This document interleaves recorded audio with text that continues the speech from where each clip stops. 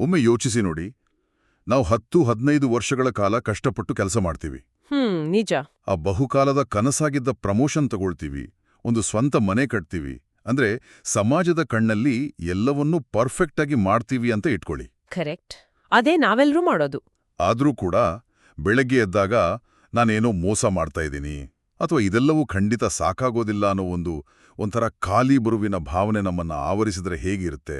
ಓಹೋ, ಇದು ತುಂಬಾ ಜನರಿಗೆ ಕಾಡುವಂಥ ಸಾಮಾನ್ಯವಾದ ಭಾವನೆ. ಹೌದಲ್ವಾ? ನಾವು ಸದಾ ಒಂದು ಅದೃಶ್ಯ ಟ್ರೆಡ್ಮಿಲ್ ಮೇಲೆ ಓಡ್ತಾ ಇದ್ದೀವಿ ಅಂತ ಅನ್ಸತ್ತೆ. ನಾನು ಎಲ್ಲವನ್ನೂ ಸರಿಯಾಗಿ ಮಾಡಬೇಕು, ಯಾವುದೇ ಕಾರಣಕ್ಕೂ ತಪ್ಪು ಮಾಡಬಾರ್ದು ಅನ್ನೋ ಆತಂಕ. ನಿಜ. ಮತ್ತೆ ಜನರು ನನ್ನ ಬಗ್ಗೆ ಏನಂದ್ಕೊಳ್ತಾರೋ ಅನ್ನೋ ಭಯ ಯಾವಾಗ್ಲೂ ಬೆನ್ನೇರಿ ಕೂತಿರುತ್ತೆ. ಎಕ್ಸಾಕ್ಟ್ಲಿ. ನಾವು ಸದಾ ಉತ್ತಮ, ಬಲಶಾಲಿ, ಹೆಚ್ಚು ಬುದ್ಧಿವಂತ ಆಗಿರ್ಬೇಕು ಅಂತ ನಿರಂತರವಾಗಿ ಹೆಣಗಾಡ್ತೀವಿ. ಆದ್ರೆ ದುರಂತ ಏನಪ್ಪಾ ಅಂದ್ರೆ, ಈ ಪರ್ಫೆಕ್ಟ್ ಆಗುವ ಓಟ ಎಷ್ಟೊಂದು ಭಾವನಾತ್ಮಕ ಆಯಾಸ ತರುತ್ತೆ ಅಂದ್ರೆ ನಮಗೆ ನೆಮ್ಮದಿನೇ ಇರಲ್ಲ. ಹೌದು, ಸಾಧನೆಯ ಶಿಖರದಲ್ಲಿದ್ದಾಗ್ಲೂ ಆ ನೆಮ್ಮದಿ ಸಿಗಲ್ಲ. ಅದಕ್ಕೆ ಇಂದು ನಮ್ಮ ಈ ಆಳವಾದ ಚರ್ಚೆಯಲ್ಲಿ ನಾವು ಇದೇ ವಿಷಯದ ಬಗ್ಗೆ ಮಾತಾಡ್ತಾ ಇದ್ದೀವಿ.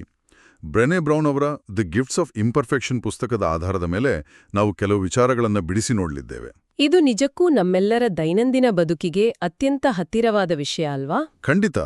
ಈ ಪರಿಪೂರ್ಣತೆಯ ಹಿಂದಿನ ಓಟ ನಮ್ಮನ್ನು ಹೇಗೆ ದಣಿಸುತ್ತೆ ಮತ್ತೆ ನಮ್ಮ ನ್ಯೂನತೆಗಳನ್ನು ಒಪ್ಪಿಕೊಳ್ಳೋದ್ರಿಂದ ನಿಜವಾದ ಸ್ವಾತಂತ್ರ್ಯ ಹೇಗೆ ಸಿಗುತ್ತೆ ಅನ್ನೋದನ್ನು ಅನ್ವೇಷಣೆ ಮಾಡೋಣ. ಬ್ರೆನೆ ಬ್ರೌನ್ ಅವರು ಈ ಕೀಳರಿಮೆ ಮತ್ತೆ ಮುಕ್ತವಾಗಿ ತೆರೆದುಕೊಳ್ಳುವ ಧೈರ್ಯ ಅಂದ್ರೆ ವಲ್ನರಬಿಲಿಟಿ ಬಗ್ಗೆ ದಶಕಗಳ ಕಾಲ ಆಳವಾದ ಸಂಶೋಧನೆ ನಡೆಸಿದ್ದಾರೆ. ಹೌದು, ಅವರ ರಿಸರ್ಚ್ ತುಂಬಾ ಫೇಮಸ್ ಕೂಡ. ಆಕ್ಚುಲಿ ಅವರ ಸಂಶೋಧನೆಯ ಅತ್ಯಂತ ಅಚ್ಚರಿಯ ಅಂಶ ಏನಂದ್ರೆ, ನಮ್ಮೆಲ್ಲರ ಸಮಸ್ಯೆ ಇರೋದು ನಾವು ಸಾಕಷ್ಟು ಯೋಗ್ಯರಲ್ಲ ಅನ್ನೋದ್ರಲ್ಲ. ಮತ್ತೆ ನಾವು ಯೋಗ್ಯರಲ್ಲ ಅಂತ ನಾವು ನಂಬಿದೀವಲ್ಲ ಅಲ್ಲಿ. ಅವರ ಸಾವಿರಾರು ಸಂದರ್ಶನಗಳು ಒಂದು ಸ್ಪಷ್ಟವಾದ ವಿಷಯವನ್ನ ಹೇಳ್ತವೆ. ಅದೇನು ಅಂತ ಹೇಳ್ಬೋದಾ? ಯಾರಲ್ಲಿ ನಾನು ಹೇಗಿದ್ದೇನೋ ನನ್ನೆಲ್ಲ ನ್ಯೂನತೆಗಳೊಂದಿಗೂ ನಾನು ಸಾಕು ಅನ್ನೋ ಬಲವಾದ ನಂಬಿಕೆ ಇರುತ್ತದೆಯೋ ಅವರು ಹೆಚ್ಚು ಮುಕ್ತವಾಗಿ ಪ್ರೀತಿಸ್ತಾರೆ. ವಾವ್! ಅಂದ್ರೆ ಅವರು ಧೈರ್ಯದಿಂದ ರಿಸ್ಕ್ ತಗೊಳ್ತಾರೆ ಅಂತನ? ಹೌದು, ರಿಸ್ಕ್ ತಗೊಳ್ತಾರೆ, ಜೊತೆಗೆ ಆಳವಾದ ನೈಜ ಸಂಪರ್ಕಗಳನ್ನ ಹೊಂದುತ್ತಾರೆ. ಇದನ್ನೇ ಬ್ರೆನೆ ಬ್ರೌನ್ ಅವರು ಪೂರ್ಣ ಹೃದಯದ ಜೀವನ ಅಥವಾ ಹೋಲ್ ಹಾರ್ಟೆಡ್ ಲಿವಿಂಗ್ ಅಂತ ಕರೆಯೋದು. ಇದು ಕೇವಲ ಒಂದು ಮೋಟಿವೇಶನಲ್ ಮಾತು ಮಾತ್ರ ಅಲ್ಲ, ಇದೊಂದು ಮನಃಶಾಸ್ತ್ರೀಯ ವಾಸ್ತವ ಅನ್ಸುತ್ತೆ. ಖಂಡಿತವಾಗಿಯೂ ಇದು ಸೈನ್ಸ್ ಬ್ಯಾಕ್ ಮಾಡಿರೋ ಫ್ಯಾಕ್ಟ್. ಸರಿ, ಈ ಹೋಲ್ ಹಾರ್ಟೆಡ್ ಲಿವಿಂಗ್ ಅನ್ನ ಅರ್ಥ ಮಾಡಿಕೊಳ್ಳುವ ಮುನ್ನ ನಾವೇಕೆ ಈ ಅಸಾಧ್ಯವಾದ ಪರಿಪೂರ್ಣತೆಗಾಗಿ ಇಷ್ಟೊಂದು ಹಂಬಲಿಸ್ತೀವಿ ಅನ್ನೋದನ್ನ ಬಿಡಿಸಿ ನೋಡೋಣ. ಶೋರ್. ನಾವು ಹುಟ್ಟುವಾಗಲೇ ನಾನು ಪರ್ಫೆಕ್ಟ್ ಆಗಿರಬೇಕು ಅನ್ನೋ ಯೋಚನೆಯೊಂದಿಗೆ ಹುಟ್ಟುವುದಿಲ್ಲ ಅಲ್ವಾ? ಇಲ್ಲ, ಮಕ್ಕಳಾಗಿದ್ದಾಗ ನಮಗೆ ಆ ಯೋಚನೆ ಇರೋದೇ ಇಲ್ಲ. ಹೌದು. ಇದರ ಮೂಲ ಎಲ್ಲಿದೆ ಅಂತ ಹುಡುಕುತ್ತಾ ಹೋದ್ರೆ ಅದು ನಮ್ಮೊಳಗಿನ ಕೀಳರಿಮೆ ಅಥವಾ ನಾಚಿಕೆಯ ಭಾವನೆಯಲ್ಲಿ ಬೇರೂರಿದೆ ಅನ್ನೋದು ಸ್ಪಷ್ಟವಾಗುತ್ತೆ. ಕರೆಕ್ಟ್. ಆದ್ರೆ ಇಲ್ಲಿ ಒಂದು ಮುಖ್ಯವಾದ ಪಾಯಿಂಟ್ ಇದೆ. ಅಪರಾಧ ಪ್ರಜ್ಞೆಗೂ ಮತ್ತು ಕೀಳರಿಮೆಗೂ ಇರೋ ವ್ಯತ್ಯಾಸ ನಾವು ಅರ್ಥ ಮಾಡ್ಕೋಬೇಕು. ಅಂದ್ರೆ ಗಿಲ್ಟ್ ಮತ್ತೆ ಶೇಮ್ ನಡುವಿನ ವ್ಯತ್ಯಾಸ, ಹೌದಾ? ಎಕ್ಸಾಕ್ಟ್ಲಿ. ಅಪರಾಧ ಪ್ರಜ್ಞೆ ಅಂದ್ರೆ ಗಿಲ್ಟ್ ಎಂದರೆ ನಾನು ಒಂದು ತಪ್ಪು ಮಾಡಿದೆ ಅಂತ ಒಪ್ಪುಕೊಳ್ಳುವುದು.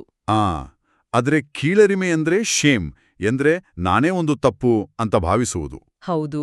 ಉದಾಹರಣೆಗೆ, ಆಫೀಸ್ ಪ್ರಾಜೆಕ್ಟ್ನಲ್ಲಿ ಏನಾದ್ರೂ ತಪ್ಪಾದಾಗ ನನ್ನಿಂದ ತಪ್ಪಾಯಿತು, ಇದನ್ನ ಸರಿಪಡಿಸಬೇಕು ಅನ್ನೋದು ಗಿಲ್ಟ್. ಆದ್ರೆ ನಾನೇ ದಡ್ಡ, ನಂಗ್ಯಾವುದಕ್ಕೂ ಯೋಗ್ಯತೆ ಇಲ್ಲ, ಎಲ್ಲರೂ ನನ್ನನ್ನು ನೋಡಿ ನಗುತ್ತಿದ್ದಾರೆ ಅಂತ ಒಳಗೊಳಗೆ ಕೊರಗೋದು ಶೇಮ್ ಅಲ್ವಾ? ಕರೆಕ್ಟ್. ಇದು ಅತ್ಯಂತ ಅಪಾಯಕಾರಿ. ಈ ಕೀಳರಿಮೆಯನ್ನೋದು ನಾವು ಸದಾ ಹೊತ್ತು ತಿರುಗುವ ಬೆನ್ನ ಮೇಲಿನ ಕಾರಣದ ಭಾರವಾದ ಚೀಲದಂತೆ. ನಿಜ. ಆದ್ರೆ ಒಂದ್ ನಿಮಿಷ, ನಂದೊಂದು ಪ್ರಶ್ನೆ ಇದೆ ಇಲ್ಲಿ. ಕೇಳಿ. ಪರಿಪೂರ್ಣತೆಗಾಗಿ ಶ್ರಮಿಸುವುದೇ ಜೀವನದಲ್ಲಿ ಉತ್ಕೃಷ್ಟತೆಯನ್ನ ಸಾಧಿಸುವ ಮಾರ್ಗ ಅಲ್ವಾ?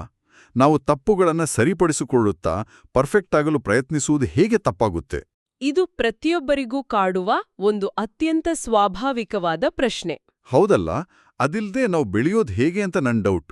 ಆಕ್ಚುಲಿ ನಾವು ಸಾಮಾನ್ಯವಾಗಿ ಪರಿಪೂರ್ಣತೆ ಅಂದ್ರೆ ಪರ್ಫೆಕ್ಷನಿಸಮ್ ಮತ್ತು ಉತ್ಕೃಷ್ಟತೆಯೆಡೆಗಿನ ಒಲವು ಅಂದ್ರೆ ಸ್ಟ್ರೈವಿಂಗ್ ಫಾರ್ ಎಕ್ಸಲೆನ್ಸ್ ಎರಡನ್ನೂ ಒಂದೇ ಅಂತ ತಪ್ಪು ಭಾವಿಸ್ತೀವಿ. ಓಹೋ, ಅವೆರಡು ಬೇರೆ ಬೇರೆನಾ? ಹೌದು. ಮನಃಶಾಸ್ತ್ರದ ದೃಷ್ಟಿಯಲ್ಲಿ ಇವೆರಡರ ನಡುವೆ ಅಜಗಜಾಂತರ ವ್ಯತ್ಯಾಸವಿದೆ.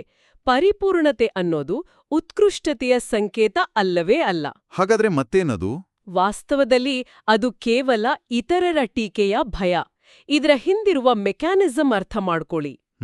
ನಾವು ಪರ್ಫೆಕ್ಟ್ ಆಗಲು ಪ್ರಯತ್ನಿಸೋದು ನಾನು ಉತ್ತಮವಾಗಬೇಕು ಅನ್ನೋ ಉದ್ದೇಶದಿಂದಲಲ್ಲ.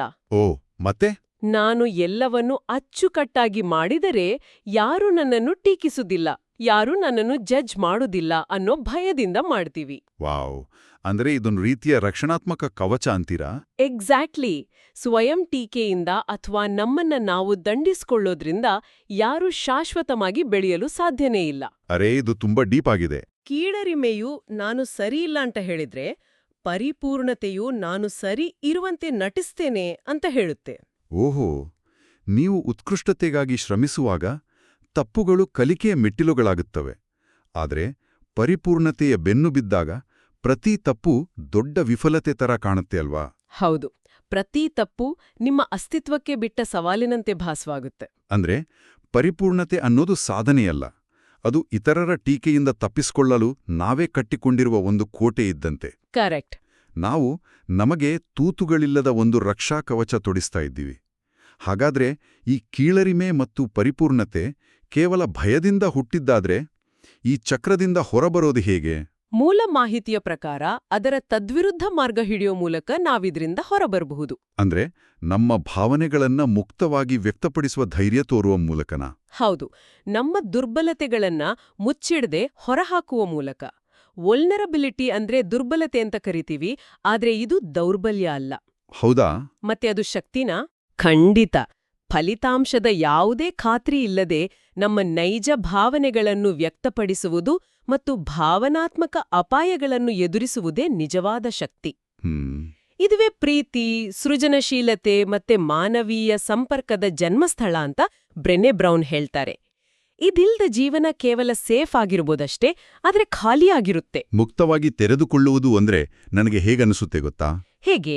ಯಾವುದೇ ಪೂರ್ವಸಿದ್ಧತೆ ಇಲ್ಲದೆ ಅಥವಾ ಕೈಯಲ್ಲಿ ಯಾವುದೇ ಸ್ಕ್ರಿಪ್ಟ್ ಇಲ್ಲದೆ ದೊಡ್ಡ ಪ್ರೇಕ್ಷಕರ ಎದುರು ನಾಟಕದ ವೇದಿಕೆ ಏರುವ ಭಯಾನಕ ಆದರೆ ಅತ್ಯಂತ ನೈಜ ಅನುಭವ ಇದು. ವಾವ್, ಅದ್ಭುತವಾದ ಹೋಲಿಕೆ ಇದು. ಆದರೆ ಸ್ವಲ್ಪ ಪ್ರಾಕ್ಟಿಕಲ್ ಆಗಿ ಯೋಚನೆ ಮಾಡೋಣ. ಕಾರ್ಪೊರೇಟ್ ಪ್ರಪಂಚದಲ್ಲಿ ಅಥವಾ ಈ ಸ್ಪರ್ಧಾತ್ಮಕ ಯುಗದಲ್ಲಿ ನಾನು ದುರ್ಬಲತೆ ತೋರಿದರೆ ಅದು ರಿಸ್ಕ್ ಅಲ್ವಾ? ಅರ್ಥ ಆಗ್ತಿದೆ. ಅಂದ್ರೆ ಮೀಟಿಂಗ್ನಲ್ಲಿ ನನಗಿದು ಗೊತ್ತಿಲ್ಲ, ನನಗೆ ಸಹಾಯ ಬೇಕು ಅಂತ ಒಪ್ಪಿಕೊಂಡ್ರೆ ಅದು ನನ್ನ ಕೆರಿಯರ್ಗೆ ಮಾರಕಾಗಲ್ವಾ? ಜನರು ನನ್ನ ಕಡಿಗಣಿಸಲ್ವಾ? ನೀವು ಕೇಳ್ತಿರೋದು ಬಹಳ ವಾಸ್ತವಿಕವಾದ ಭಯ. ದುರ್ಬಲತೆ ಎಂದರೆ ಸೋಲು ಅನ್ನೋ ತಪ್ಪು ಕಲ್ಪನೆ ನಮ್ಮ ಸಮಾಜದಲ್ಲಿ ಆಳವಾಗಿ ಬೇರೂರಿದೆ. ಹೌದು, ನಾವೆಲ್ಲ ಹಾಗೇನೆ ಬೆಳೆದಿರೋದು. ಆದ್ರೆ ಮೆಕ್ಯಾನಿಸಮ್ ಹೇಗ್ ಕೆಲ್ಸ ಮಾಡ್ತದೆ ಅಂತ ನೋಡೋಣ. ನೀವ್ ಹೇಳಿದ ಹಾಗೆ ಮೀಟಿಂಗ್ನಲ್ಲಿ ನನಗಿದು ಗೊತ್ತಿಲ್ಲ ಎಂದು ಹೇಳೋದು ಖಂಡಿತ ರಿಸ್ಕ್ ಅಲ್ವಾ? ಮತ್ತೆ ಆದ್ರೆ ಆ ರಿಸ್ಕ್ ತೆಗೆದುಕೊಳ್ಳುವ ಧೈರ್ಯವೇ ನಿಜವಾದ ಲೀಡರ್ಶಿಪ್ನ ಲಕ್ಷಣ ಅಂತ ಸಂಶೋಧನೆಗಳೂ ಹೇಳ್ತವೆ. ನಮ್ಗೆಲ್ಲರಿಗೂ ಗೊತ್ತಿರೋ ಹಾಗೆ ಸೃಜನಶೀಲತೆ ಮತ್ತೆ ಹೊಸ ಆವಿಷ್ಕಾರಗಳು ಎಂದಿಗೂ ಸೇಫ್ ಝೋನ್ನಲ್ಲಿ ಹುಟ್ಟೋದಿಲ್ಲ. ಅಂದ್ರೆ ಕ್ರಿಯೇಟಿವಿಟಿ ಮತ್ತು ಇನ್ನೋವೇಷನ್. ಹೌದು, ಹೊಸದೇನಾದ್ರೂ ಮಾಡಬೇಕು ಅಂದ್ರೆ ರಿಸ್ಕ್ ತಗೊಳ್ಳೇಬೇಕು. ಎಕ್ಸಾಕ್ಟ್ಲಿ. ತಪ್ಪು ಮಾಡುವ, ವಿಫಲವಾಗುವ ರಿಸ್ಕ್ ತೆಗೆದುಕೊಂಡಾಗ ಮಾತ್ರ ಹೊಸ ಐಡಿಯಾಗಳು ಬರ್ತವೆ. ಆ ರಿಸ್ಕ್ ತೆಗೆದುಕೊಳ್ಳೋದೇ ವಲ್ನರಬಿಲಿಟಿ. ಓಹೋ. ನಾವು ವೇದಿಕೆಯ ಮೇಲೆ ನಿಂತು ನಮ್ಮ ನೈಜ ಸ್ವರೂಪವನ್ನು ತೋರಿಸಿದಾಗ ಜನರು ನಮ್ಮನ್ನು ಒಪ್ಪಿಕೊಳ್ಳಬಹುದು ಅಥವಾ ಬಿಡಬಹುದು. ಅಲ್ಲಿ ಯಾವುದೇ ಗ್ಯಾರಂಟಿ ಇರಲ್ಲ. ಆದ್ರೆ ಆ ಅನಿಶ್ಚಿತತೆಯನ್ನು ಎದುರಿಸುವ ಧೈರ್ಯವೇ ನಮ್ಮನ್ನು ಮನುಷ್ಯರನ್ನಾಗಿ ಮಾಡುತ್ತೆ ಅಲ್ವಾ? ಹೌದು. ನಾವು ನಮ್ಮ ದುರ್ಬಲತೆಯನ್ನ ಎಲ್ಲಿ ಮುಚ್ಚಿಡುತ್ತೇವೆಯೋ ಅಲ್ಲಿಯೇ ನಾವು ನಮ್ಮ ನೈಜ ಶಕ್ತಿ, ಪ್ರೀತಿ ಮತ್ತೆ ಸೃಜನಶೀಲತೆಯನ್ನು ಮುಚ್ಚಿಡುತ್ತೇವೆ. ಖಂಡಿತ. ಆದ್ರೆ ಆಕ್ಚುಲಿ ಈ ಸೈದ್ಧಾಂತಿಕ ಮಾತುಗಳು ಕೇಳೋಲ್ ಚೆನ್ನಾಗಿರ್ತವೆ. ದೈನಂದಿನ ಜೀವನದಲ್ಲಿ ಇದನ್ನ ಅಳವಡಿಸ್ಕೊಳ್ಳೋದು ಹೇಗೆ? ಅದಕ್ಕೆ ತಾನೇ ಬ್ರೆನೆ ಬ್ರೌನ್ ಅವರು 10 ಮಾರ್ಗದರ್ಶಿ ಸೂತ್ರಗಳನ್ನ ಅಂದ್ರೆ ಗೈಡ್ ಪೋಸ್ಟ್ಗಳನ್ನ ನೀಡಿದ್ದಾರೆ. ಆಫೀಸ್ ಟೆನ್ಷನ್, EMI ಕಟ್ಟೋ ಚಿಂತೆ, ರಿಲೇಶನ್ಶಿಪ್ ಸಮಸ್ಯೆಗಳ ನಡುವೆ ಇದೆಲ್ಲ ವರ್ಕ್ ಆಗುತ್ತಾ ಅನ್ನೋದು ನನ್ನ ಪ್ರಶ್ನೆ. ಈ ಸೂತ್ರಗಳು ಕೇವಲ ಏನು ಮಾಡ್ಬೇಕು ಅಂತ ಹೇಳೋದಿಲ್ಲ, ಬದಲಾಗಿ ನಾವು ಏನನ್ನು ಕೈಬಿಡಬೇಕು ಎಂಬುದರ ಬಗ್ಗೆ ಆಳವಾಗಿ ಮಾತನಾಡುತ್ತವೆ. ಓ, ಕೈ ಬಿಡಬೇಕಾದ ವಿಷಯಗಳ? ಹೌದು. ಮೊದಲನೇದಾಗಿ ನಾವು ಇತರರು ಏನಂದುಕೊಳ್ಳುತ್ತಾರೆ ಎಂಬ ನಿರಂತರ ಭಯವನ್ನು ಬಿಟ್ಟು ಅಥೆಂಟಿಸಿಟಿ ಅಂದ್ರೆ ನೈಜತೆಯನ್ನ ಬೆಳೆಸ್ಕೊಳ್ಬೇಕು. ನಾವು ಪ್ರತಿದಿನ ಬೆಳಿಗ್ಗೆ ಎದ್ದಾಗ ನನಗೇನು ಬೇಕು, ನನ್ನ ನಂಬಿಕೆಗಳೇನು ಅಂತ ಕೇಳ್ಕೊಳ್ಳೋ ಬದಲು ಸಮಾಜಕ್ಕೆ ನಾನು ಹೇಗೆ ಕಾಣಬೇಕು ಅಂತ ಯೋಚಿಸ್ತೀವಿ ಅಲ್ವಾ? ನಿಜ. ನಮ್ಮ ನಿಜವಾದ ವ್ಯಕ್ತಿತ್ವವನ್ನು ಮರೆಮಾಚಿ ಇತರರ ಮೆಚ್ಚುಗೆಗಾಗಿ ಬದುಕುವುದನ್ನು ನಿಲ್ಲಿಸಿದಾಗ ಮಾತ್ರ ದೊಡ್ಡ ಭಾರ ಇಳಿದಂತೆ ಆಗುತ್ತೆ.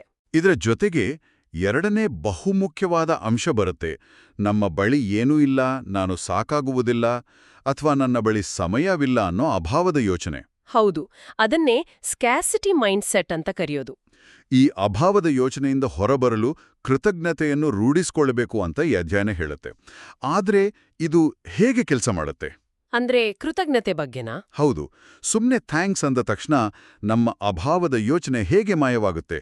ಅದು ಪಾಸಿಬಲ್ ಇದೆಯಾ? ಇದು ಬಹಳ ಅದ್ಭುತವಾದ ಪ್ರಶ್ನೆ, ಏಕೆಂದ್ರೆ ಕೃತಜ್ಞತೆ ಅಥವಾ ಗ್ರ್ಯಾಟಿಟ್ಯೂಡ್ ಕೇವಲ ಒಂದು ಶಿಷ್ಟಾಚಾರದ ಪದ ಅಲ್ಲ. ಅದೊಂದು ನರವಿಜ್ಞಾನದ ಅಂದ್ರೆ ನ್ಯೂರೋಲಾಜಿಕಲ್ ಪ್ರಕ್ರಿಯೆ. ಓಹೋ, ಸೈನ್ಸ್ ಇದೆಯಾ ಇದ್ರ ಹಿಂದೆ? ಹೌದು, ನಮ್ಮ ಮೆದುಳು ಯಾವಾಗ್ಲೂ ಅಪಾಯಗಳನ್ನು ಮತ್ತೆ ನಮ್ಮ ಬಳಿ ಏನಿಲ್ಲ ಎಂಬುದನ್ನು ಹುಡುಕುವಂತೆ ಪ್ರೋಗ್ರಾಮ್ ಆಗಿರುತ್ತೆ. ಅಂದ್ರೆ ನೆಗೆಟಿವ್ ಬಯಾಸ್ ಅಂತಾರಲ್ಲ ಹಾಗೆ. ಕರೆಕ್ಟ್. ನನಗೆ ಆ ಕಾರಿಲ್ಲ, ನನಗೆ ಆ ಪ್ರಮೋಷನ್ ಸಿಗ್ಲಿಲ್ಲ ಅಂತ ಯೋಚಿಸಿದಾಗ ಮೆದುಳು ಅಭಾವದ ಸ್ಥಿತಿಗೆ ಹೋಗುತ್ತೆ ಮತ್ತು ಆತಂಕವನ್ನ ಸೃಷ್ಟಿಸುತ್ತೆ. ಆದ್ರೆ ನಾವು ಪ್ರಜ್ಞಾಪೂರ್ವಕವಾಗಿ ನನ್ನ ಬಳಿ ಈಗೇನಿದೆ ಎಂಬುದರ ಬಗ್ಗೆ ಕೃತಜ್ಞತೆ ವ್ಯಕ್ತಪಡಿಸಿದಾಗ ಏನಾಗುತ್ತೆ? ಆಗ ನಾವು ನಮ್ಮ ಮೆದುಳಿನ ಫೋಕಸ್ ಅನ್ನು ಅಭಾವದಿಂದ ಸಮೃದ್ಧಿಯ ಕಡೆಗೆ ಶಿಫ್ಟ್ ಮಾಡುತ್ತೇವೆ.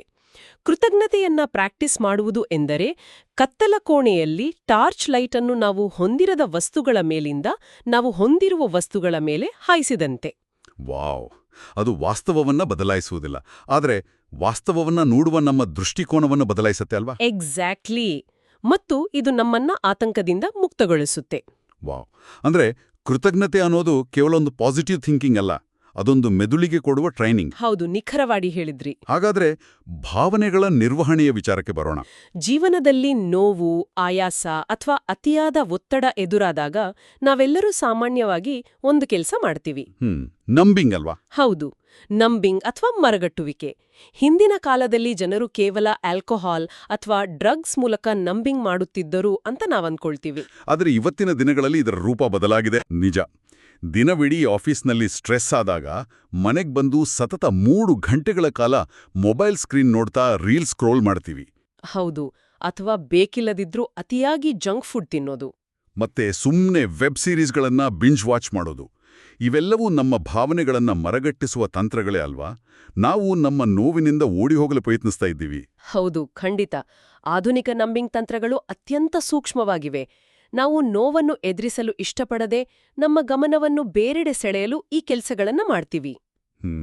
ಆದ್ರೆ ಇಲ್ಲಿ ನಾವು ಅರ್ಥ ಮಾಡ್ಕೊಳ್ಬೇಕಾದ ಅತ್ಯಂತ ಪ್ರಮುಖ ಮೆಕ್ಯಾನಿಸಮ್ ಒಂದಿದೆ. ಮನುಷ್ಯರ ಭಾವನಾತ್ಮಕ ವ್ಯವಸ್ಥೆ ಒಂದು ಸ್ವಿಚ್ ಬೋರ್ಡ್ ಇದ್ದಂತೆ ಅಲ್ಲ. ಅಂದ್ರೆ ನೋವಿಗೊಂದು ಸ್ವಿಚ್ಚು, ಸಂತೋಷಕ್ಕೊಂದು ಸ್ವಿಚ್ಚು ಇರಲ್ವಾ? ಇಲ್ವೇ ಇಲ್ಲ. ನಮ್ಮ ಭಾವನೆಗಳೆಲ್ಲವೂ ಒಂದೇ ಕೊಳವೆಯ ಮೂಲಕ ಹರಿಯುತ್ತವೆ. ನಾವು ನನ್ಗೆ ನೋವು ಬೇಡ, ದುಃಖ ಬೇಡ ಅಂತ ಆ ಕೊಳವೆಯನ್ನು ಬ್ಲಾಕ್ ಮಾಡ್ದಾಗ ಏನಾಗುತ್ತೆ ಗೊತ್ತಾ? ಏನಾಗುತ್ತೆ? ಎಲ್ಲ ಬ್ಲಾಕ್ ಆಗುತ್ತಾ? ಹೌದು. ನಾವು ಕೇವಲ ನೆಗೆಟಿವ್ ಭಾವನೆಗಳನ್ನು ಮಾತ್ರ ಆಯ್ದು ಮರಗಟ್ಟಿಸಲು ಸಾಧ್ಯವಿಲ್ಲ.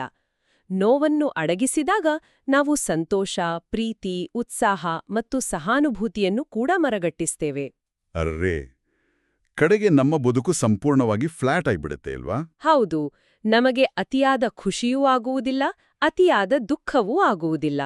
ಕೇವಲ ಒಂದು ರೋಬೋಟ್ನಂತೆ ಬದುಕ್ತೇವೆ. ಅದಕ್ಕಾಗಿಯೇ ನೋವು ಬರದಂತೆ ಮರಗಟ್ಟುವಿಕೆಯನ್ನು ಆಶ್ರಯಿಸುವ ಬದಲು ಆ ನೋವಿನ ಜೊತೆಯೇ ಕೂತು ಅದನ್ನ ಅನುಭವಿಸಬೇಕು. ಕರೆಕ್ಟ್.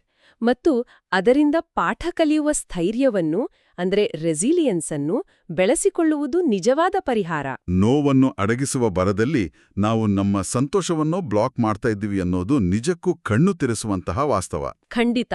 ಸರಿ, ಈಗ ನಾವೆಲ್ಲರೂ ಎದುರಿಸ್ತಿರುವ ಮತ್ತೊಂದು ದೊಡ್ಡ ಸಮಸ್ಯೆಯತ್ತ ಗಮನ ಹರಿಸೋಣ. ಆಧುನಿಕ ಬದುಕಿನ ಸವಾಲುಗಳು. ಓ, ಇದು ಬಹಳ ಮುಖ್ಯವಾದ ಟಾಪಿಕ್. ಇಂದಿನ ಜಗತ್ತಿನಲ್ಲಿ ನಿರಂತರವಾಗಿ ಕೆಲಸ ಮಾಡುವುದು ಮತ್ತು ಸದಾ ಸುಸ್ತಾಗಿರುವುದನ್ನ ಒಂದು ಸ್ಟೇಟಸ್ ಸಿಂಬಲ್ ಆಗಿ ನೋಡ್ಲಾಗ್ತಿದೆ. ಯಾರಾದ್ರೂ ನಾನು ತುಂಬಾ ಬ್ಯುಸಿ ಅಂದ್ರೆ ಅವರು ತುಂಬಾ ಪ್ರಮುಖ ವ್ಯಕ್ತಿ ಅಂತ ನಾವು ಭಾವಿಸ್ತೀವಿ. ಹೌದು, ಈ ಓವರ್ ವರ್ಕಿಂಗ್ ಅನ್ನು ನಾವು ವೈಭವೀಕರಿಸ್ತೇವೆ. ಇಲ್ಲಿ ಬ್ರೆನೇ ಬ್ರೌನ್ ಅವರು ಹೇಳ್ತಾರೆ, ಈ ನಿರಂತರ ಕೆಲಸ ಮತ್ತು ಆಯಾಸವನ್ನ ವೈಭವೀಕರಿಸುವುದನ್ನ ಬಿಟ್ಟು ಆಟ ಅಂದ್ರೆ ಪ್ಲೇ ಮತ್ತು ವಿಶ್ರಾಂತಿಗೆ ಪ್ರಾಮುಖ್ಯತೆ ನೀಡಬೇಕು ಅಂತ. ಜೊತೆಗೆ ಆತಂಕವನ್ನು ಬಿಟ್ಟು ಶಾಂತತೆಯನ್ನು ರೂಢಿಸಿಕೊಳ್ಳಬೇಕು ಅಂತ ಕೂಡ ಹೇಳ್ತಾರೆ. ಆದರೆ ಇಲ್ಲಿ ನನ್ನದೊಂದು ಸವಾಲಿನ ಪ್ರಶ್ನೆ ಇದೆ. ಖಂಡಿತ ಕೇಳಿ. ಈಗಿನ ಆಧುನಿಕ ಕಾರ್ಪೊರೇಟ್ ಯುಗ ನಿದ್ದೆಗೆಟ್ಟು ದುಡಿಯುವುದನ್ನೇ ವೈಭವೀಕರಿಸುತ್ತೆ. ಯಾರು ಹೆಚ್ಚು ಕೆಲಸ ಮಾಡ್ತಾರೋ ಅವರಿಗೆ ಮಾತ್ರ ಪ್ರಮೋಷನ್, ಅವರಿಗೆ ಮಾತ್ರ ಮನ್ನಣೆ ಸಿಗುತ್ತೆ. ಇದು ವಾಸ್ತವ. ಸದಾ ಪ್ರೊಡಕ್ಟಿವಿಟಿ ಬಗ್ಗೆಯೇ ಮಾತನಾಡುವ ಇಂಥ ಕಾಲದಲ್ಲಿ ವಿಶ್ರಾಂತಿ ಪಡೆಯುವುದು, ಆಟವಾಡುವುದು ಅಥವಾ ಸುಮ್ಮನೆ ಕಾಲ ಕಳೆಯುವುದೆಂದ್ರೆ ಸಮಯ ಮತ್ತು ಶ್ರಮವನ್ನು ವ್ಯರ್ಥ ಮಾಡಿದಂತೆ ಅನ್ಸುದಿಲ್ವಾ? ಇದನ್ನೇ ತಾನೇ ಲೇಜಿನೆಸ್ ಅಂತ ಕರೆಯೋದು. ಮೇಲ್ನೋಟಕ್ಕೆ ಹಾಗೆ ಅನಿಸುತ್ತೆ. ಆದ್ರೆ ವಾಸ್ತವ ಚಿತ್ರಣವೇ ಬೇರೆ ಇದೆ. ಸದಾ ಉತ್ಪಾದಕತೆಯ ಬೆನ್ನು ಬೀಳುವುದು ಮತ್ತೆ ಬಿಡುವಿಲ್ಲದೆ ಕೆಲಸ ಮಾಡುವುದು ನಮ್ಮನ್ನು ಅಂತಿಮವಾಗಿ ಮಾನಸಿಕ ಕುಸಿತ ಅಂದ್ರೆ ಬರ್ನ್ಔಟ್ಗೆ ದೂಡುತ್ತೆ. ಅಂದ್ರೆ ಕಂಪ್ಲೀಟ್ ಎಕ್ಸಾಸ್ಟ್ ಆಗ್ತೀವಿ ನಾವು. ಹೌದು. ಯಂತ್ರಗಳಿಗೆ ಮಾತ್ರ ನಿರಂತರವಾಗಿ ಕೆಲಸ ಮಾಡಲು ಸಾಧ್ಯ, ಮನುಷ್ಯರ ಮೆದುಳಿಗಲ್ಲ. ಆಟ ಮತ್ತು ವಿಶ್ರಾಂತಿ ಸಮಯದ ವ್ಯರ್ಥ ಅಲ್ಲ, ಮತ್ತು ಅವು ದೌರ್ಬಲ್ಯವೂ ಅಲ್ಲ. ಆದ್ರೆ ವಯಸ್ಕರಿಗೆ ಆಟ ಅಂದ್ರೆ ಏನು? ಕೇವಲ ಕ್ರಿಕೆಟ್ ಅಥವಾ ಫುಟ್ಬಾಲ್ ಆಡೋದಾ? ಇಲ್ಲ, ಯಾವುದೇ ನಿರ್ದಿಷ್ಟ ಗುರಿ ಅಥವಾ ರಿಟರ್ನ್ ಆನ್ ಇನ್ವೆಸ್ಟ್ಮೆಂಟ್ ಇಲ್ಲದೆ ಕೇವಲ ಆ ಕ್ಷಣದ ಖುಷಿಗಾಗಿ ಮಾಡುವ ಯಾವುದೇ ಕೆಲಸವೇ ಆಟ. ಓಹೋ, ಅದು ಚಿತ್ರ ಬಿಡಿಸೋದಿರಬಹುದು, ತೋಟಗಾರಿಕೆ ಇರಬಹುದು, ಅಥವಾ ಮಕ್ಕಳ ಗದೆ ಸುಮ್ಮನೆ ಓಡಾಡೋದಿರಬಹುದು ಅಲ್ವಾ? ಎಕ್ಸಾಕ್ಟ್ಲಿ. ನರವಿಜ್ಞಾನದ ಪ್ರಕಾರ ಆಟ ನಮ್ಮ ಮಿದುಳಿನ ನ್ಯೂರೋಪ್ಲಾಸ್ಟಿಸಿಟಿಯನ್ನ ಹೆಚ್ಚಿಸುತ್ತೆ. ನ್ಯೂರೋಪ್ಲಾಸ್ಟಿಸಿಟಿ ಅಂದ್ರೆ ಮಿದುಳಿನ ಹೊಸ ಸಂಪರ್ಕಗಳನ್ನು ಬೆಳೆಸುವ ಸಾಮರ್ಥ್ಯ. ಇದು ನಮಗೆ ಹೊಸ ದೃಷ್ಟಿಕೋನಗಳನ್ನು ನೀಡುತ್ತೆ ಮತ್ತೆ ಸಮಸ್ಯೆಗಳನ್ನು ಬಗೆಹರಿಸುವ ಸಾಮರ್ಥ್ಯವನ್ನ ಹೆಚ್ಚಿಸುತ್ತೆ. ಅರೇ ವಾವ್! ವಿಶ್ರಾಂತಿ ಇಲ್ಲದಿದ್ದರೆ ನಾವೇನು ಮಾಡ್ತಿದ್ದೇವೆಯೋ ಅದರಲ್ಲಿ ಗುಣಮಟ್ಟ ಇರೋದಿಲ್ಲ ಅನ್ಸುತ್ತೆ. ಹೌದು. ನೀವು ನಿರಂತರವಾಗಿ ಓಡ್ತಿದ್ದರೆ ನೀವು ಎಲ್ಲಿಗೆ ಹೋಗ್ತಿದ್ದೀರಿ ಅಂತ ಯೋಚಿಸಲು ನಿಮಗೆ ಸಮಯವೇ ಇರೋದಿಲ್ಲ. ನಿಜ. ಆದ್ದರಿಂದ ಆಟ ಮತ್ತು ವಿಶ್ರಾಂತಿ ಅನ್ನೋದು ನಾವು ಕೆಲಸ ಮಾಡಲು ರೀಚಾರ್ಜ್ ಆಗೋ ಸಾಧನಗಳಲ್ಲ, ಅವು ನಮ್ಮ ಮಾನವೀಯ ಅಸ್ತಿತ್ವಕ್ಕೆ ಅತ್ಯಗತ್ಯವಾದ ಪೋಷಕಾಂಶಗಳಿದ್ದಂತೆ. ಖಂಡಿತ, ಬಹಳ ಚೆನ್ನಾಗಿ ಹೇಳಿದ್ರಿ. ಅಂದ್ರೆ ವಿಶ್ರಾಂತಿ ಪಡೆಯೋದು ನಾವು ನಮಗೆ ನೀಡುವ ಅತ್ಯಂತ ದೊಡ್ಡ ಕೊಡುಗೆ ಇದ್ದಂತೆ. ಮತ್ತೆ ನಾವು ಸದಾ ಆತಂಕದಲ್ಲಿರೋದೇ ನಮ್ಮನ್ನ ಆಕ್ಟಿವ್ ಆಗಿಡುತ್ತೆ ಅನ್ನೋ ಭ್ರಮೆಯನ್ನು ನಾವು ಬಿಡಬೇಕು. ಹೌದು. ಇನ್ನೂ ಈ ಮಾರ್ಗದರ್ಶಿ ಸೂತ್ರಗಳ ಕೊನೆಯ ಮತ್ತು ಬಹುಶಃ ಅತ್ಯಂತ ಸುಂದರವಾದ ಭಾಗದ ಬಗ್ಗೆ ಮಾತಾಡೋಣ. ಸಂತೋಷದ ಅಭಿವ್ಯಕ್ತಿ. ಇದು ನನ್ನ ಫೇವ್ರೆಟ್ ಪಾರ್ಟ್ ಕೂಡ. ನಮ್ಮ ಮೇಲಿನ ಸ್ವಯಂ ಅನುಮಾನವನ್ನು ಬಿಟ್ಟು ಅರ್ಥಪೂರ್ಣ ಕೆಲಸದಲ್ಲಿ ತೊಡಗಿಸಿಕೊಳ್ಳೋದು. ಎಲ್ಲಕ್ಕಿಂತ ಮುಖ್ಯವಾಗಿ ಸಮಾಜದ ಕಣ್ಣಲ್ಲಿ ಯಾವಾಗಲೂ ಗಂಭೀರವಾಗಿ ಅಥವಾ ಕೂಲಾಗಿ ಕಾಣುವ ಹಂಬಲವನ್ನು ಬಿಡೋದು. ಹೌದು. ನಾವು ಅನೇಕ ಬಾರಿ ಪಾರ್ಟಿಗಳಲ್ಲಿ, ಮದುವೆಗಳಲ್ಲಿ ಅಥವಾ ಗೆಳೆಯರ ಜೊತೆಗಿದ್ದಾಗ ಇತರರು ನಮ್ಮ ಬಗ್ಗೆ ಏನು ಯೋಚಿಸ್ತಾರೋ ಎಂಬ ಭಯದಿಂದ ನಗುವುದನ್ನು, ಹಾಡುವುದನ್ನು ಕಂಟ್ರೋಲ್ ಮಾಡ್ತೀವಿ ಅಲ್ವಾ? ನಿಜ. ನಮಗೆ ಒಳಗಡೆ ಕುಣಿಯಬೇಕು ಅನ್ನಿಸ್ತಿರ್ತದೆ, ಆದ್ರೆ ನಾನು ಡ್ಯಾನ್ಸ್ ಮಾಡಿದರೆ ನೋಡಕ್ ಚಂದ ಇರಲ್ಲ, ಬೇರೆಯವರು ಜಡ್ಜ್ ಮಾಡ್ತಾರೆ ಅಂತ ಸುಮ್ಮನೆ ಕೂದುಬಿಡ್ತೀವಿ. ಹೌದು. ಆದ್ರೆ ಸಂತೋಷವು ಕೇವಲ ಒಳಗೊಳಗೆ ಅನುಭವಿಸುವಂಥದ್ದಲ್ಲ, ಅದು ಮುಕ್ತವಾಗಿ ವ್ಯಕ್ತಪಡಿಸಬೇಕಾದದ್ದು ಎಂದು ಈ ಅಧ್ಯಯನ ಸ್ಪಷ್ಟವಾಗಿ ಹೇಳುತ್ತೆ. ಕರೆಕ್ಟ್. ಯಾವಾಗ ನಾವು ಯಾವಾಗಲೂ ಕೂಲಾಗಿ ಕಾಣಬೇಕು, ಎಲ್ರಿಗೂ ಇಷ್ಟವಾಗುವಂತೆ ಪರ್ಫೆಕ್ಟ್ ಆಗಿ ಇರಬೇಕು ಅನ್ನೋ ನಿಯಂತ್ರಣವನ್ನ ಕೈಬಿಡ್ತೀವೋ ಆಗ ಜೀವನ ಹಗುರವಾಗುತ್ತೆ ಅಲ್ವಾ? ಹೌದು. ಆದ್ರೆ ಇಲ್ಲಿ ಇನ್ನೊಂದು ಮಾನಸಿಕ ಸವಾಲಿದೆ. ನಮ್ಗೆ ಸಂಪೂರ್ಣ ಸಂತೋಷದಲ್ಲಿ ಮುಳುಗಲು ಭಯ. ಸಂತೋಷ ಪಡೋದಕ್ಕೂ ಭಯನಾ? ಅದು ಹೇಗೆ? ಇದನ್ನೇ ಬ್ರೆನೆ ಬ್ರೌನ್ ಫೋರ್ಬೋರ್ಡಿಂಗ್ ಜಾಯ್ ಅಂತಾರೆ. ಅಂದ್ರೆ ಅತಿಯಾದ ಸಂತೋಷವಾದಾಗ ಇದ್ದಕ್ಕಿದ್ದಂತೆ ಮೆದುಳು ಇದು ಹೆಚ್ಚು ಕಾಲ ಉಳಿಯುವುದಿಲ್ಲ, ಏನೋ ಕೆಟ್ಟದ್ದಾಗಲಿದೆ ಅಂತ ಎಚ್ಚರಿಸಲು ಶುರು ಮಾಡುತ್ತೆ. ಓಹೋ, ಇದು ತುಂಬಾ ಸಲ ಆಗತ್ತೆ. ಮಗುವನ್ನು ಪ್ರೀತಿಯಿಂದ ನೋಡುತ್ತಿರುವಾಗ ಇದಕ್ಕಿದ್ದಂತೆ ಈ ಮಗುವಿಗೆ ಏನಾದ್ರೂ ಅಪಾಯವಾದರೆ ಅನ್ನೋ ಭಯ ಕಾಡುತ್ತೆ ಅಲ್ವಾ? ಎಕ್ಸಾಕ್ಟ್ಲಿ. ಏಕೆಂದರೆ ಸಂತೋಷವು ಅತ್ಯಂತ ವಲ್ನರಬಲ್ ಆದ ಭಾವನೆ. ನಾವು ಆ ಕ್ಷಣವನ್ನು ಸಂಪೂರ್ಣವಾಗಿ ಅನುಭವಿಸಲು ಧೈರ್ಯ ಮಾಡಬೇಕು. ಆ ಭಯವನ್ನು ಎದುರಿಸಿ ನಗುವುದು, ಹಾಡುವುದು ಮತ್ತೆ ಕುಣಿಯುವುದು ನಮಗೆ ನಾವೇ ಕೊಡುವ ಅತಿ ದೊಡ್ಡ ಸ್ವಾತಂತ್ರ್ಯ. ಖಂಡಿತವಾಗಿಯೂ. ಹಾಗಾದ್ರೆ ಈ ಇಡೀ ಚರ್ಚೆಯ ಅರ್ಥವೇನು ಅಂತ ನೋಡೋದಾದ್ರೆ, ನಾವು ಇಲ್ಲಿವರೆಗೆ ಮಾತನಾಡಿದ್ದನ್ನು ಒಂದೆಡೆ ಸೇರಿಸಿ ನೋಡಿದರೆ ಒಂದು ವಿಚಾರ ಸ್ಪಷ್ಟವಾಗುತ್ತೆ. ನಾನು ಯೋಗ್ಯನಾಗಲು ಅಥವಾ ಇತರರ ಪ್ರೀತಿಗೆ ಪಾತ್ರನಾಗಲು ಎಲ್ಲಾ ರೀತಿಯಲ್ಲೂ ಪರ್ಫೆಕ್ಟ್ ಆಗಿರಬೇಕು ಅನ್ನೋ ಯೋಚನೆ ಬಿಡಬೇಕು. ನಾನು ಹೇಗಿದ್ದೇನೋ ನನ್ನೆಲ್ಲಾ ನ್ಯೂನತೆಗಳೊಂದಿಗೂ ನಾನು ಯೋಗ್ಯನಾಗಿದ್ದೇನೆ ಅನ್ನೋ ಅರಿವಿನತ್ತ ಸಾಗುವುದೇ ಈ ಅಧ್ಯಯನದ ತಿರುಳು ಅಲ್ವಾ? ಹೌದು. ನಮ್ಮ ನ್ಯೂನತೆಗಳು ಸರಿಪಡಿಸಬೇಕಾದ ದೋಷಗಳಲ್ಲ, ಅವು ಮನುಷ್ಯರಾಗಿ ನಾವು ಅಪ್ಪಿಕೊಳ್ಳಬೇಕಾದ ಗುಣಗಳು. ನಾವೆಲ್ಲರೂ ನಮ್ಮದೇ ಆದ ರೀತಿಯಲ್ಲಿ ಅಪೂರ್ಣರು, ಮತ್ತೆ ಅದೇ ನಮ್ಮ ಸೌಂದರ್ಯ ಅನ್ಸುತ್ತೆ. ಖಚಿತವಾಗಿ. ಮತ್ತು ಇದು ನಮ್ಮ ದೈನಂದಿನ ಜೀವನಕ್ಕೆ ಹೇಗೆ ಪ್ರಸ್ತುತವಾಗುತ್ತೆ ಅನ್ನೋದು ಬಹಳ ಮುಖ್ಯ.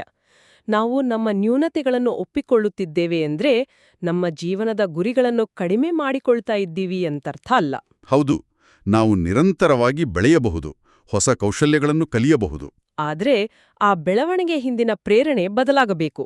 ಆ ಪ್ರೇರಣೆಯು ಕೀಳರಿಮೆ ಮತ್ತೆ ನಾನು ಸಾಕಾಗುವುದಿಲ್ಲ ಎಂಬ ಭಯದಿಂದ ಬಂದಿರಬಾರದು. ಹಾಗಾದ್ರೆ ಅದು ನಾನೀಗಾಗ್ಲೇ ಯೋಗ್ಯನಾಗಿದ್ದೇನೆ, ಈಗ ಕಲಿಯೋ ಉತ್ಸಾಹದಿಂದ ಇದನ್ನ ಮಾಡ್ತಿದ್ದೇನೆ ಅನ್ನೋ ಪ್ರೀತಿಯಿಂದ ಬಂದಿರಬೇಕು ಅಲ್ವಾ? ಹೌದು, ನಾವು ಬೇರೆಯವರಂತೆ ಕಾಣಲು ಪ್ರಯತ್ನಿಸುವುದನ್ನು ನಿಲ್ಲಿಸಿದಾಗಲೇ ನಮ್ಮ ನೈಜ ಸಾಮರ್ಥ್ಯ ಏನು ಅನ್ನೋದು ನಮ್ಗೆ ಅರಿವಾಗುತ್ತೆ. ನಿಜ.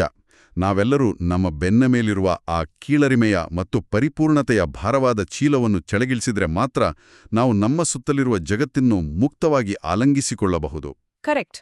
ಮುಖವಾಡಗಳನ್ನ ಕಳಚಿಟ್ಟು ಬದುಕುವುದು ಆರಂಭದಲ್ಲಿ ಹೆದರಿಕೆ ತರಿಸಬಹುದು, ಆದ್ರೆ ಅದು ನೀಡುವ ಸ್ವಾತಂತ್ರ್ಯಕ್ಕೆ ಬೆಲೆ ಕಟ್ಟಲಾಗದು. ಇದೇ ಹಿನ್ನೆಲೆಯಲ್ಲಿ ನಾವೆಲ್ಲರೂ ಆಳವಾಗಿ ಯೋಚಿಸಬೇಕಾದ ಒಂದು ಪ್ರಮುಖ ವಿಚಾರವಿದೆ ಅಲ್ವಾ? ಹೌದು, ನಾವು ಯಾವಾಗ್ಲೂ ನಮ್ಮ ನ್ಯೂನತೆಗಳನ್ನ, ನಮ್ಮ ತಪ್ಪುಗಳನ್ನ ಮುಚ್ಚಿಡಲು ಪ್ರಯತ್ನಿಸ್ತೀವಿ, ಏಕೆಂದ್ರೆ ಅವು ನಮ್ಮನ್ನ ಇತರರ ಮುಂದೆ ದುರ್ಬಲರನ್ನಾಗಿ ಮಾಡುತ್ತೆ ಅಂತ ನಾವು ನಂಬಿದ್ದೀವಿ. ಆದ್ರೆ ನಾವು ಯಾವ ನ್ಯೂನತೆಗಳನ್ನ ಮುಚ್ಚಿಡಲು ಹೆಣಗಾಡುತ್ತಿದ್ದೇವೋ ಅದೇ ನ್ಯೂನತೆಗಳೇ ಇತರರಿಗೆ ನಮ್ಮ ಮೇಲೆ ನಂಬಿಕೆ ಮತ್ತು ಆಪ್ತತೆ ಮೂಡಿಸಲು ಕಾರಣವಾಗುತ್ತವೆ ಎಂಬುದನ್ನು ನಾವು ಸಂಪೂರ್ಣವಾಗಿ ಒಪ್ಪಿಕೊಂಡರೆ ಹೇಗಿರುತ್ತೆ? ಇದು ಅದ್ಭುತವಾದ ಪ್ರಶ್ನೆ. ಒಮ್ಮೆ ಊಹಿಸ್ಕೊಳ್ಳಿ, ನಾಳೆ ಬೆಳಗ್ಗೆ ಒಬ್ಬ ಹೊಸ ಅಪರಿಚಿತ ವ್ಯಕ್ತಿಯನ್ನ ಭೇಟಿಯಾದಾಗ ಅಥವಾ ಒಂದು ಹೊಸ ರಿಲೇಶನ್ಶಿಪ್ ಶುರು ಮಾಡುವಾಗ ಸದಾ ಪರ್ಫೆಕ್ಟ್ ಆಗಿ ಕಾಣಲು ಒಂದು ನಕಲಿ ರೆಸ್ಯೂಮೆ ತರಹ ವರ್ತಿಸುವ ಬದಲು ನಮ್ಮ ನೈಜ ಸ್ವಭಾವವನ್ನ ಪ್ರಾಮಾಣಿಕವಾಗಿ ತೆರೆದಿಟ್ರೆ ಹೇಗಿರುತ್ತೆ ಅಲ್ವಾ? ಖಂಡಿತ.